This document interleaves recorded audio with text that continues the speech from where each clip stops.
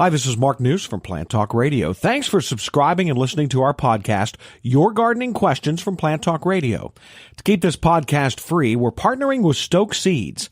Pre-plan your indoor seed starting program today with the help of Stoke's 2018 Gardening Guide and their online articles.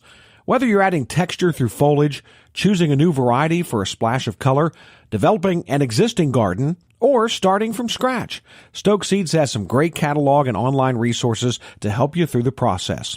More than just a listing of vegetable and flower seeds, the Stoke Seeds website is a complete resource center with valuable information on seed starting, planting, and harvesting, plus all the gardening accessories you need to make your garden the envy of the neighborhood.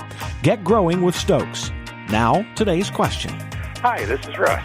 Hey, Russ, how can we help you today? I have a question that I've always wanted to ask you about bearded irises. For about 10 years now, I've been setting different size beds and dividing them, and then I stopped dividing them. And, of course, I got the expected drop in the number of blooms. Mm-hmm. So I know that I need to go back and redivide, those particular beds. However, these were the purple and purple, white, and light blue bearded irises. Right. And religiously for 8 to 10 years, they've always come up that color. Then, all of a sudden, a few of them started coming up yellow and burgundy. Well, my guess is they may have reverted back to one of the parents. That's the only thing, parents being the original group of plants that were married together to create the ones that you selected. Right, the hybrid, right. Yeah. From time to time, I've seen them do that. After a period of time, they'll just revert back to the old parent, and all of a sudden you have a new color there. Yeah. Well, here's the interesting part, though. When I divide some of those up, they're back to the blue. Well, could that be just because I'm taking off? Is it more likely to revert back the longer and more number of segments develop off that bulb? Yeah, that could be what's happening. Okay. But it is a good practice to time to time to dig those up and divide them and replant them,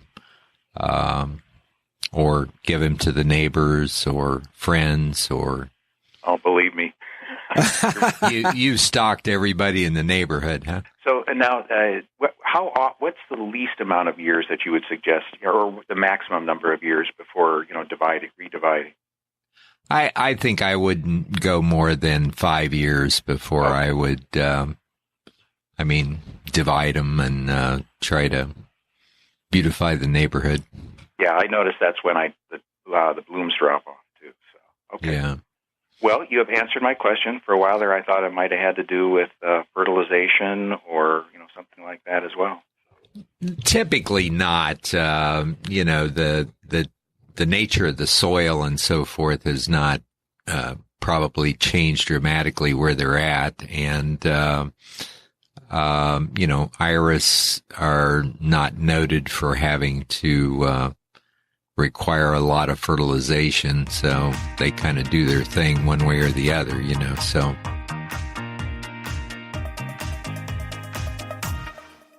Thanks again for listening to the podcast. Remember, pre-plan your indoor seed starting program with the help of Stoke's Gardening Guide and their online resources. And request your free catalog while you're online. For the best selection of vegetable, flower, and herb seeds available, go to stokeseeds.com. Cultivating successful growers for generations.